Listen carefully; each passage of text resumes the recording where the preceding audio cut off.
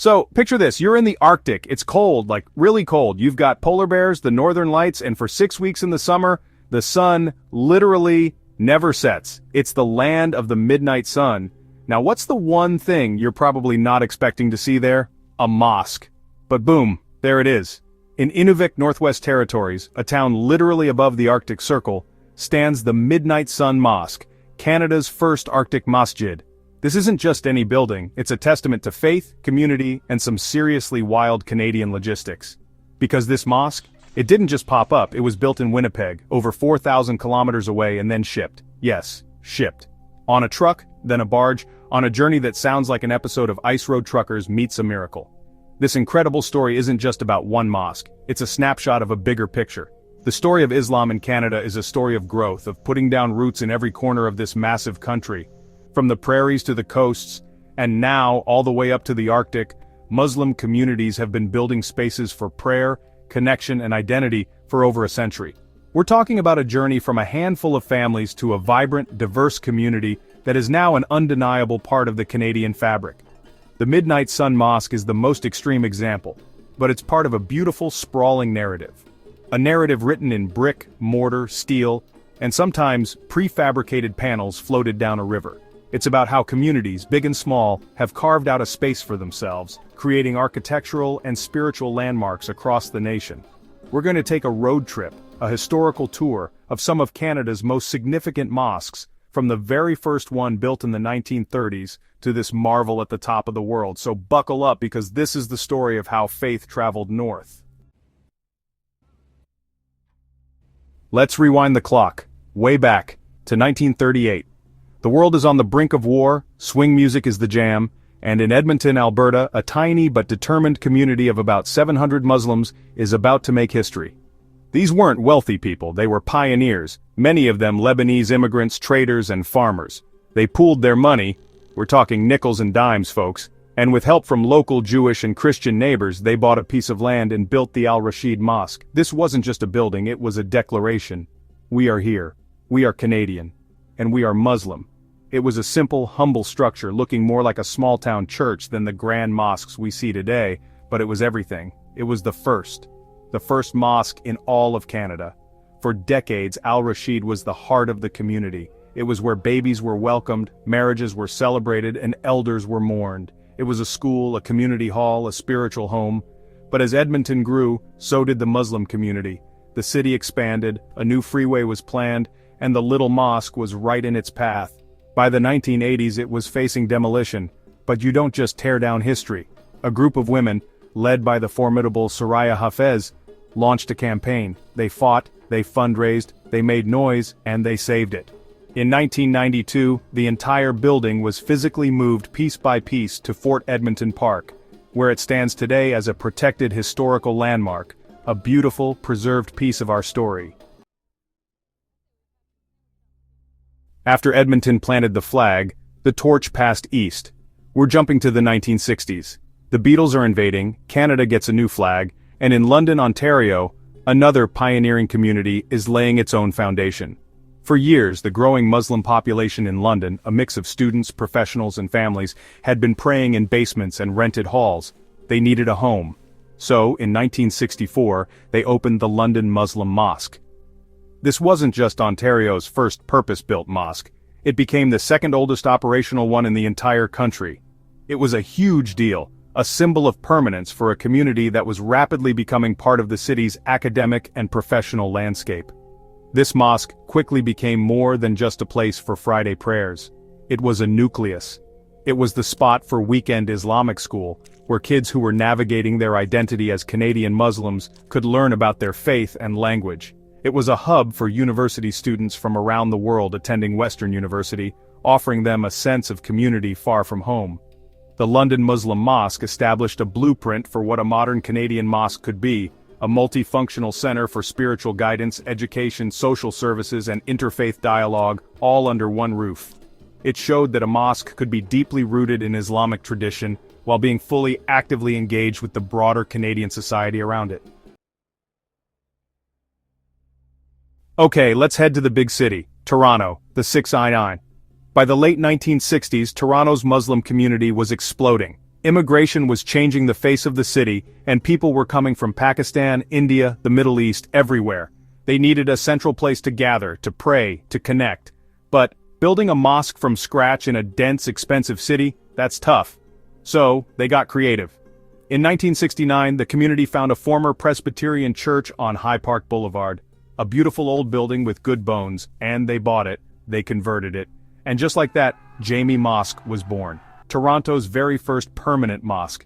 This was a landmark moment, taking a building that was a symbol of one faith and respectfully transforming it into a sacred space for another. That is the story of multicultural Toronto in a nutshell. The dome wasn't added until later, but inside, the transformation was immediate. The space was reoriented towards the Qibla, carpets were laid down, and the sounds of the adhan filled a hall that once echoed with Christian hymns. Jamie Mosque became the epicenter of Muslim life in Toronto. It was the place everyone knew, the central address for the faith in Canada's largest city. It set a precedent for adaptive reuse, showing that a mosque's spirit isn't defined by its architecture but by the community that fills it. Now we head to the nation's capital, Ottawa. This is where the politicians are, the embassies, the decision-makers. And by the 1970s, Ottawa had a well-established, diverse Muslim community, including diplomats, civil servants, academics, and new immigrants. They weren't just passing through, they were part of the city's institutional fabric. They needed a mosque that reflected that status, a purpose-built, architecturally significant landmark. And in 1977, after years of planning and fundraising, they got it. The Ottawa Mosque, located in the city's West End, opened its doors. It was one of the first major mosques in the country built specifically for a large, established community from the ground up. The Ottawa Mosque, with its elegant minaret and dome, became an instant landmark. It was designed by the renowned architect Ghazi Anis, and it blended traditional Islamic design with a clean, modern aesthetic. This wasn't a converted church or a small community hall, this was a statement. It was a visible, proud symbol of Islam's presence in the heart of Canadian power. It hosted dignitaries, fostered interfaith relations, and served a sprawling community that stretched across the national capital region. The mosque's establishment was a sign of maturity for the Canadian Muslim community, showing it had evolved from small, pioneering groups to a confident, organized presence capable of undertaking major architectural and community projects.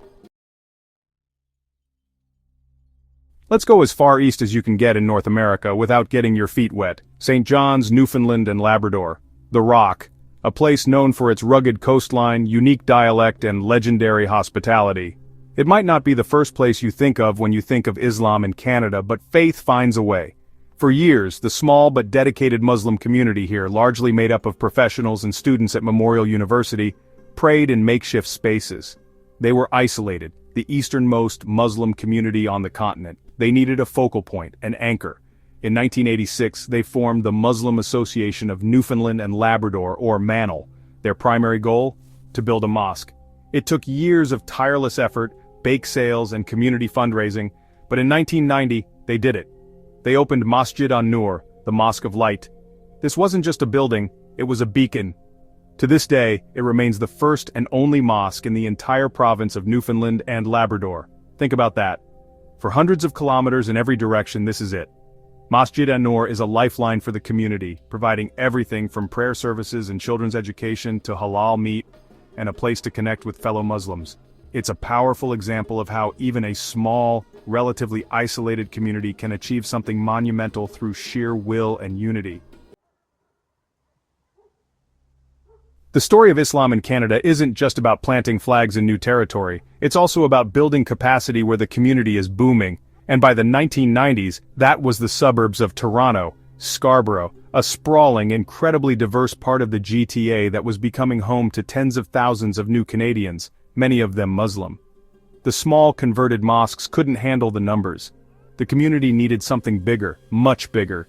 They needed a mega mosque, a full-service institution that could cater to a massive and growing urban population. So, in 1992, the Islamic Foundation of Toronto opened its doors. This place was a game-changer. It wasn't just a mosque, it was a campus. A massive complex with a huge prayer hall, a full-time accredited school, a library, a funeral home, and extensive community facilities.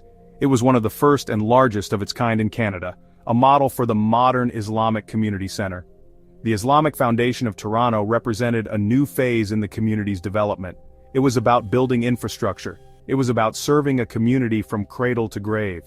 It showed a shift from simply establishing a presence to creating robust, self-sustaining institutions that could meet the complex needs of second- and third-generation Canadian Muslims. It was less about pioneering and more about perfecting the community hub. Let's head back west, to the New West. Calgary, Alberta, oil money, the Stampede, and a skyline that was shooting up. By the 2000s, Calgary's Muslim community was also booming, including a large and very organized Ahmadiyya Muslim community. They had a vision to build something truly spectacular, something that would not just serve their community, but would become a major architectural landmark for the entire city. And they didn't just dream big, they built big. In 2008, they opened the Baitun Nur Mosque, which translates to House of Light, and it was huge. At the time of its opening, it was the largest mosque in Canada. This place is stunning. It cost 15 million Canadian dollars to build, largely funded by donations from community members, particularly women who donated their personal jewelry. It covers 48,000 square feet, its main prayer hall can hold thousands, and its steel-capped minaret stands almost 100 feet tall, a gleaming beacon against the prairie sky. The grand opening was a national event, attended by the Prime Minister. The Baitun Nur Mosque wasn't just built for the Ahmadiyya community, it was built as a gift to the city of Calgary. It's a symbol of confidence, prosperity, and a commitment to creating beautiful, lasting architecture. It raised the bar for what a Canadian mosque could look like. Now let's go to a place with a unique cultural and political landscape, Quebec. Building a visible Muslim identity here has had its own set of challenges and triumphs. For years, the growing Muslim community in Quebec City, the province's historic capital, was squeezed into small, inadequate prayer spaces. They were praying in cramped commercial units, basements, anywhere they could find. They needed a proper central mosque that could accommodate the community with dignity. After a long search and a massive fundraising effort, they found a building and began the transformation. In 2009, the Great Mosque of Quebec City, also known as the Centre Culturel Islamique de Quebec, officially opened. The opening was a moment of immense pride and relief for the community. Finally, a space of their own, a large, dignified building that could hold around 1,000 worshippers, providing not just prayer space but also educational and social services. The mosque became a vital hub, a place for the community to gather, support one another, and engage with their neighbors. Tragically, this community and its mosque would later endure an act of horrific violence in 2017. But in the face of that darkness, the mosque became a powerful symbol of resilience, peace, and the unbreakable spirit of a community determined to build bridges, not walls, in their home city. Its story is one of both celebration and profound sorrow, a testament to the complex journey of Muslims in Quebec. And that brings us back to where we started, the top of the world, Inuvik, Northwest Territories. By the late 2000s, a small community of about 100 Muslims, mostly Sunni, had made this remote town their home.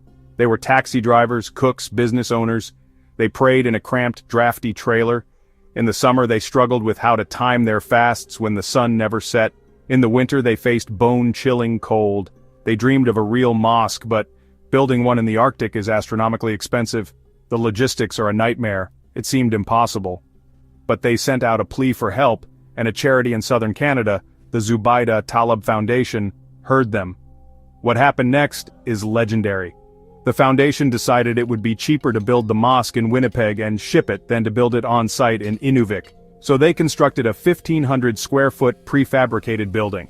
Then came the epic 4,000-kilometer journey, first on the back of a truck across the prairies and up the Dempster Highway. Then, when the highway ended, the entire building was loaded onto a barge and floated down the Mackenzie River. It finally arrived in Inuvik in September 2010. The whole town, Muslims and non-Muslims alike, came together to assemble it. On November 10, 2010, the Midnight Sun Mosque officially opened, complete with the first minaret ever erected in the Arctic. It's a story so wild, so Canadian, it feels like a movie. A testament to faith, ingenuity, and the kindness of strangers.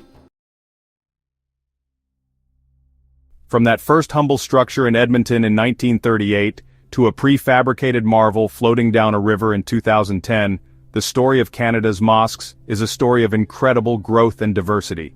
It's a journey that is far from over. As of June 2025, there are an estimated 876 mosques and Islamic centers spread across this vast country. Ontario, with its massive multicultural population centers, leads the way. But the faith has planted its roots in every single province and territory. This isn't just a Toronto or a Montreal story anymore, it's a Canadian story, from coast to coast to coast. We're seeing continued growth in communities all across the nation. New mosques are being planned in other northern cities like Yellowknife and Whitehorse, following the trail blazed by the pioneers in Inuvik, and the buildings themselves are a beautiful reflection of the communities they serve. You have historical treasures like Al Rashid, modern architectural giants like Baitun Nur, converted churches, suburban supercenters, and tiny, vital hubs like Masjid an-Nur on the Rock. Each one tells a unique story of immigration, adaptation, and faith. This architectural and community tapestry is constantly evolving, weaving itself ever deeper into the Canadian landscape. The journey of the Midnight Sun Mosque is not an endpoint, it's a headline in an ongoing story. A story of a community that is confident, diverse, and building its future, one prayer space at a time, in every corner of the country they call home. It's a story of light, from the House of Light in Calgary to the Mosque of Light in St. John's, all the way up to the land of the Midnight Sun.